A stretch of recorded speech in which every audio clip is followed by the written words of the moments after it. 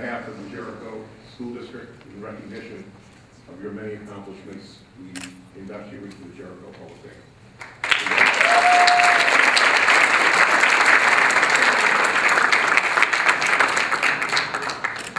Wow.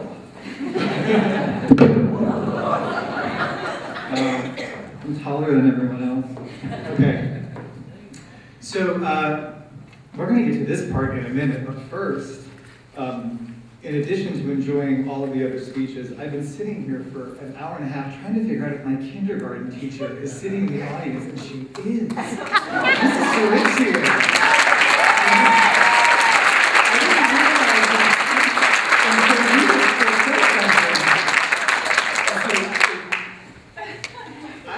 Again, I'm blown away by how many familiar faces there are here. Dr. Nandry, who is my high school principal, is here, and this little group right here. I mean, I heard there was a phone tree, and Paula Cardis, who is my art teacher, and Robin Fisher, Kathy Collins, who was the first person to ever put me on student council in 5th grade, and Diane Gilbert, who left as Miss Volo for the summer and came back as Mrs. Gilbert. And when I tell you how devastated that was for me as a 5th grader, I had such a crush on Mrs. Gilbert.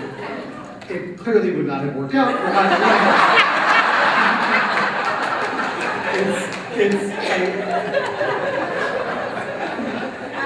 Know that I think of you all, and it's so nice to know that you think of me too.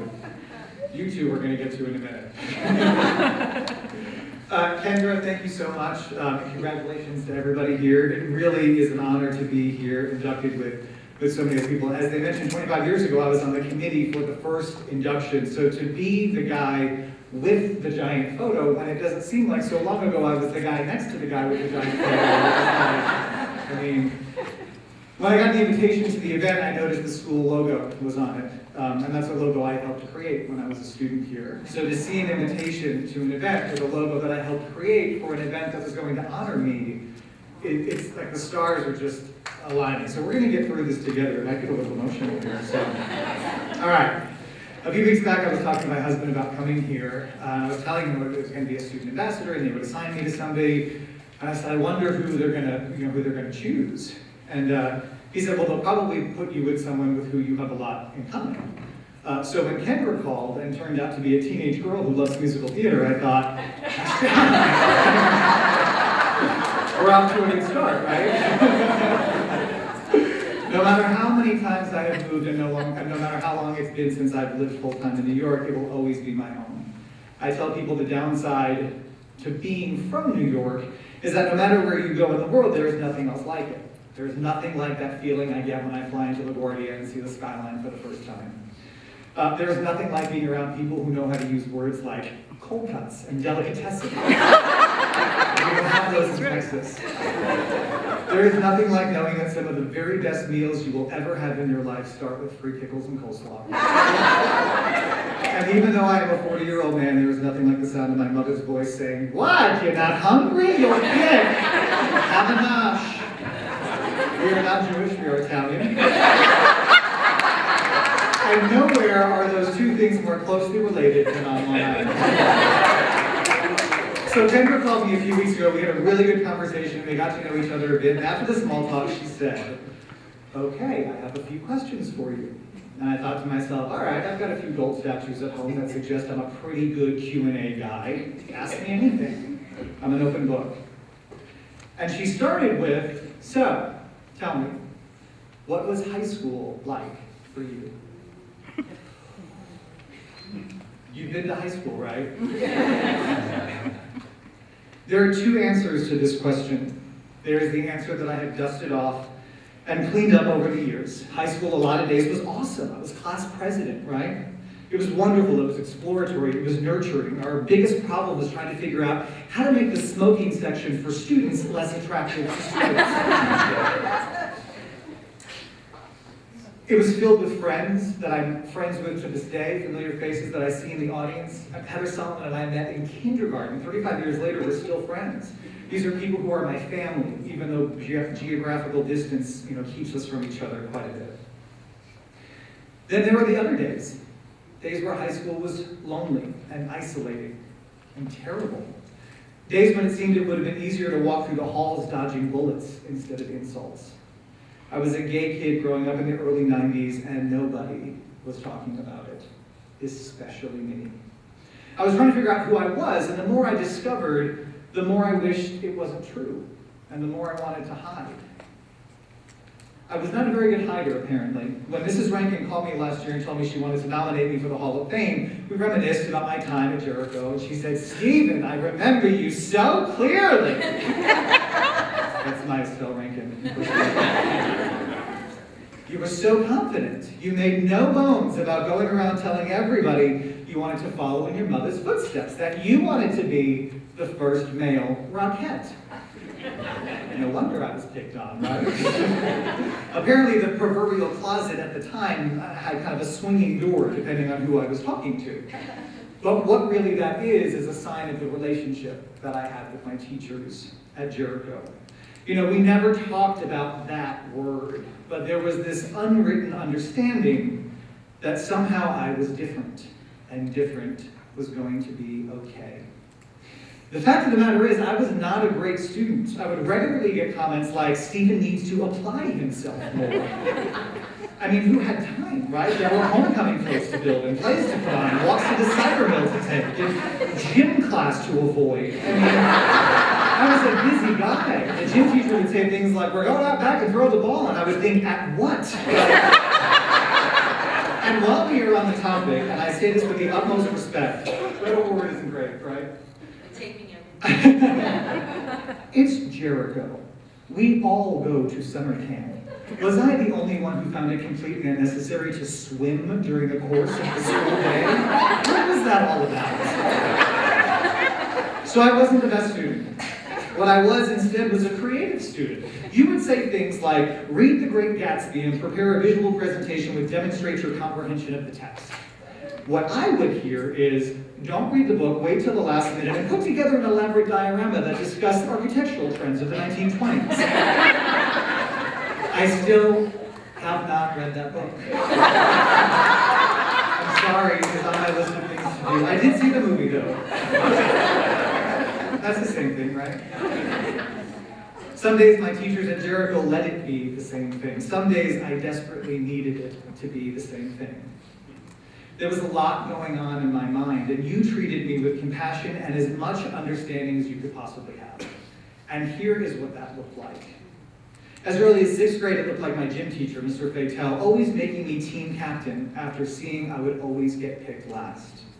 Or the speech teacher, Mrs. Wallman, letting me stay in her office and talk on days when I needed to. Or the art teacher, Miss Cutler, recognizing that I had a talent that deserved to be explored. In junior high, it looked like Mr. Margantano and Senorita Fisher taking extra time to engage me in coursework. I remember global studies and Spanish being the very first classes I ever truly felt like I was a success in. Today I live in Texas, and let me tell you, Senorita Fisher's 7th grade Spanish comes in very handy.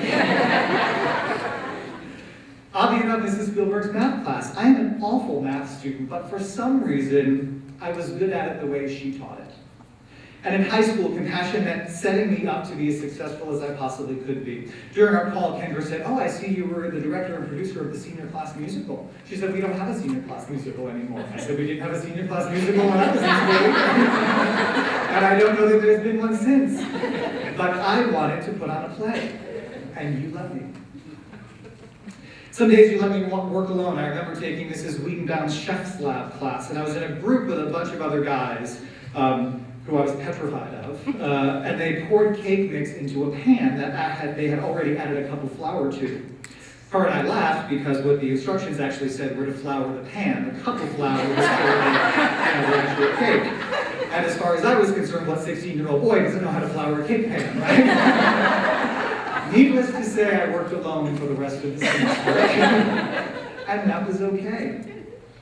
It was also okay when Mrs. Rankin walked into AP Lit late one day to discover me teaching a lesson on Streetcar Named Desire, in character as her, right down to the big gulp and the hot flashes by the window. Needless to say, I got an A that quarter. Or how about Mr. Anderson and Mr. Hoffman, who told me I could be a leader and then gave me the form to do it. Or Mrs. Tominio, Mrs. Vitale, Miss Mack, who let me hang out in their office probably more than I should have. I remember teachers like Miss Deans and Miss Cardius, who encouraged my creativity on paper and on stage. Miss Bisso and Mrs. Antonucci, who told me, you're a good writer, and encouraged me to do it. Today I make a living doing it. And teachers like Mrs. Bott, who after a particularly rough year of 10th grade biology, took the time to pick up the phone and call me personally when I aced the Regents exam.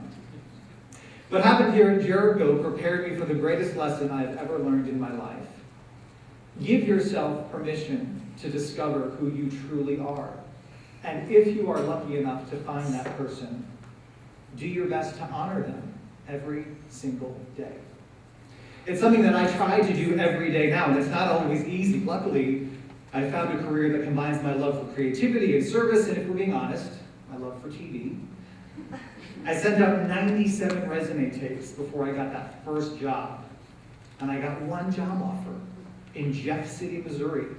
Having never been there before, when I asked my boss how I'd find it on the first day, he said, you can't miss us, we're the only thing on the street that's not a horse farm. I made $12,500 a year with a master's degree, but it was my passion, and I stuck with it. Today, that horse farm has turned into network-owned Fox television stations in major markets across the country. It's turned into me being a college professor and a speaker at journalism conferences. It's turned into Emmy Awards and opportunities. It's turned into real change for consumers. It's turned into the opportunity to give a voice to people who don't otherwise have one. On a good day, it's spent giving financial advice or chasing down con artists with a hidden camera in a parking lot. But on the best days, it's spent giving back by emceeing an event or being a lunch escort for a kid with cancer, judging a contest or testifying to the state legislature on behalf of the It Gets Better campaign. And I can tell you, it is better. But regardless of what it looks like on any given day, it all comes back to what you taught me here at Jericho. Find your true self. Find your true passion. And if you honor both, the life that you live might not always be easy, but it will always be authentic. And that is life's greatest reward. Thank you.